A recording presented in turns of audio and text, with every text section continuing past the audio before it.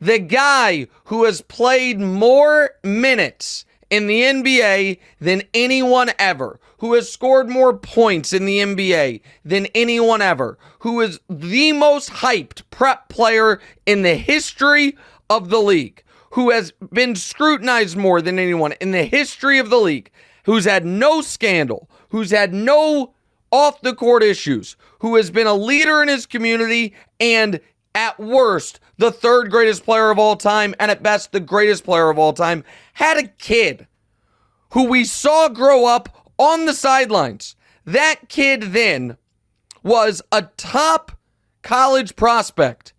He then went to a top program, and his heart stopped, and he damn near died on the court.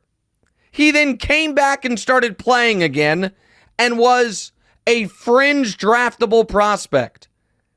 The team that still employs his dad, arguably the greatest player of all time, used a late second round pick on him, and these two guys were on the court in an NBA game together.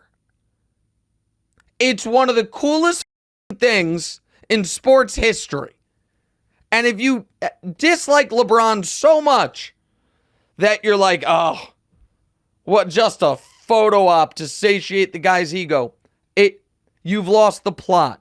Now, if later in the season, Bronny is, stealing minutes from Austin Reeves and getting cooked left and right, and LeBron's making it happen, that will be a problem.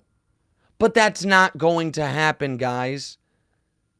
And so listen, I thought it was super dope. And I also think there is an element of, and this goes unspoken with a lot of it, but I'll speak to it. We've talked about it a bit on this before, that in the 90s, a huge through line of NBA coverage was bad guys, the word thug thrown around a lot, absent fathers, kids all over the country that they don't see. That Sports Illustrated had a horrifying cover, we've talked about on the show before, Demonze, of a little black baby boy, and the headline it was "Where's Daddy?" and talking about absentee NBA fathers. The face of the league for 20 years has been as active, as involved parent and husband as we've ever seen in sports. And now his oldest son shared the court with him in an NBA game.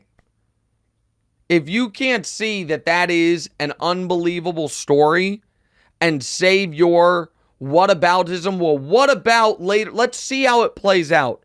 But Tuesday night, that was dope as hell. And so, and again, if you want to take shots at LeBron, take shots at LeBron.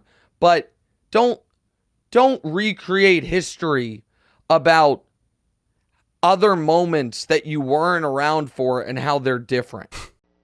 Hey, thanks for watching. Hit the subscribe button to get more from the show, and make sure to click the bell to get notified every time new content drops. Check out full episodes of What's Right wherever you get your podcasts, or just click the link in the description below.